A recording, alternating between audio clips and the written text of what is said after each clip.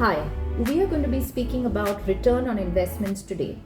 Very often, many of our clients ask us, what is the right way to calculate return on my investment? Is it absolute return? Is it CAGR or is it XIRR? And there is a last term called TWRR, which I'll just briefly touch upon.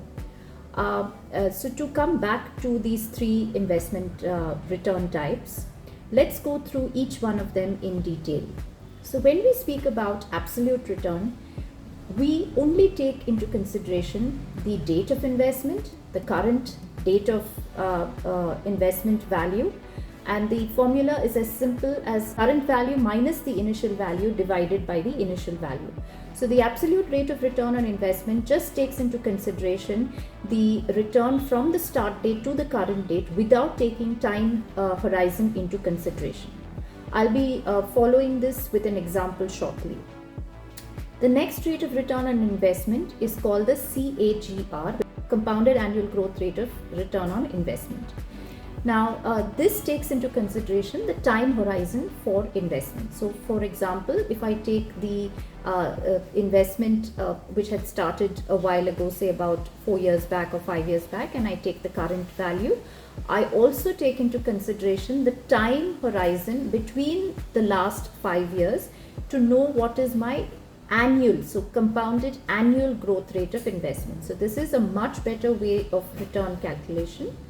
But the best, and this is what is the generally accepted rule among all wealth managers, is called the XIRR rate of return on investment.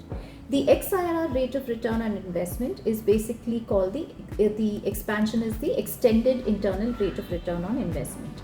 So for this, we not only take into consideration the time horizon, but also the cash flows that are happening between the date of investment and the current investment value. So for example, an investor started investing, say in 2017, there was an additional purchase that was made 6 months later, there was a dividend which was paid 8 months later, and say there was a withdrawal that was done 1 year later. And as we stand today, what is the rate of return on that investment? So this is the widely accepted investment calculation method. I'll be going through each one of them, and let's take you through an example. So in the first one, where there's an investment in 2017, say for to keep things simple, for rupees 100, and in 2018, 1st of June, the current market value is 110. Now, when we take into consideration the number of days, date of investment is 1st of Jan 2017, and the date of realization or the date of calculation of rate of return is 1st of June 2018. So that's a little over 1 year. To be precise, that's 517 days. The absolute return will only take 118 minus 100 divided by 100 and give you the rate of return, which in this case works out to 10%. But this is not the real return on investment for the client. Moving one step forward, if I were to take the same example and calculate the CAGR rate of return, which I said takes into consideration the time horizon, I would be saying that my 110, which is today valued at 1st of June 2018, minus my initial 100, which was on 1st of Jan 2017, extrapolated for annualized return. So 517 divided by 365. So if I were to take that into consideration, my CAGR would work out to 6.96%. Further, the XIRR rate of return is in this case the same because we've not taken cash flows into consideration. So if I were to plot this in an Excel sheet, I would take 1st Jan 2017 and 1st of June 2018 and calculate the XIRR, which is at 6.97%.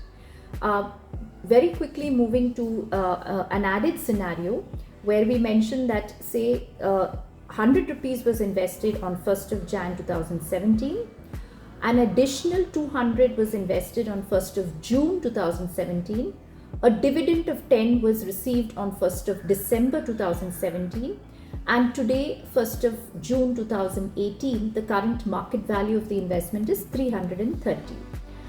In this case, the absolute return would just take 330 minus 100 and calculate the rate of return, which is completely wrong because it's not considering the dividends and the additional cash flows that were in between, which works out to 13.33%, which is incorrect. The CAGR rate of return would take into consideration the time horizon right from 2017 till 2018, but would discount the inflows and outflows that are happening in between. In this case, the CAGR would work out to 8.7%, which again is incorrect. The best method, like I mentioned, is the XARR, which will take into consideration the initial purchase, the purchase made in between, the dividends received, the withdrawal, and then take the current market value and calculate the rate of return. So therefore, all cash flows and time horizon of each of these cash flows are calculated, and in this case, the rate of return would be 11.77%. Hope you've realized that the XIRR rate of return is the best way of calculating returns. There is an additional fourth method called the TWRR, time weighted rate of return. This is again does not take into consideration cash flows and their timing, and is mainly used in the PMS industry, so we won't be touching upon this today.